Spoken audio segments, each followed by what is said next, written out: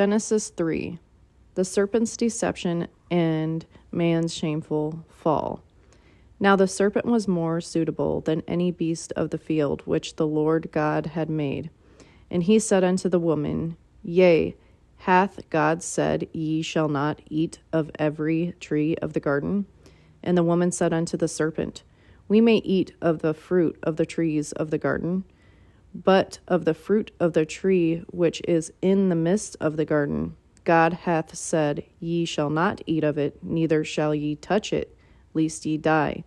And the serpent said unto the woman, Ye shall not surely die, for God doth know that in the day ye eat thereof, then your eyes shall be opened, and ye shall be as gods, knowing good and evil. And when the woman saw that the tree was good for food, and that it was pleasant to the eyes, and a tree to be desired to make one wise, she took of the fruit thereof, and did eat, and gave also unto her husband with her, and he did eat.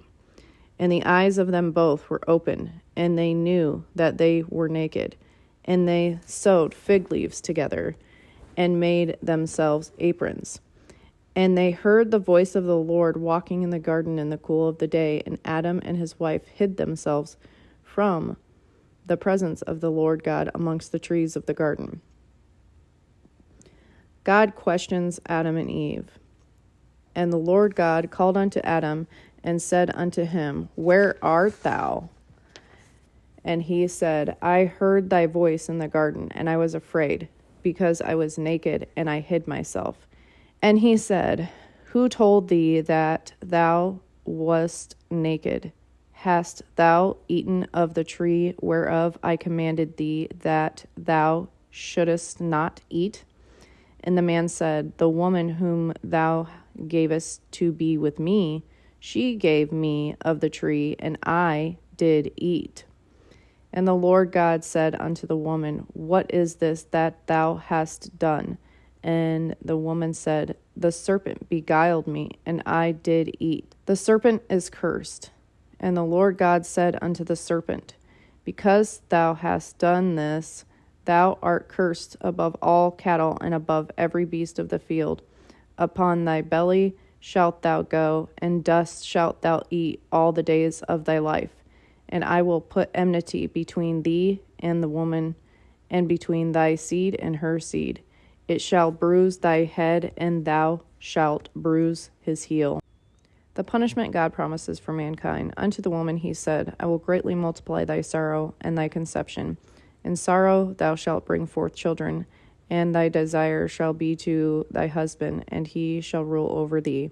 And unto Adam he said, Because thou hast hearkened unto the voice of thy wife, and hast eaten of the tree of which I commanded thee, saying, Thou shalt not eat of it, cursed is the ground for thy sake, and in sorrow shalt thou eat of it all the days of thy life. Thorns also and thistles shall it bring forth to thee, and thou shalt eat the herb of the field. In the sweat of thy face shalt thou eat bread, till thou return unto the ground. For out of it was thou taken, for dust thou art, and unto dust shalt thou return. And Adam called his wife's name Eve, because she was the mother of all living. Unto Adam also and to his wife did the Lord God make coats of skins, and clothe them. And the Lord God said, Behold, the man is become as one of us, to know good and evil.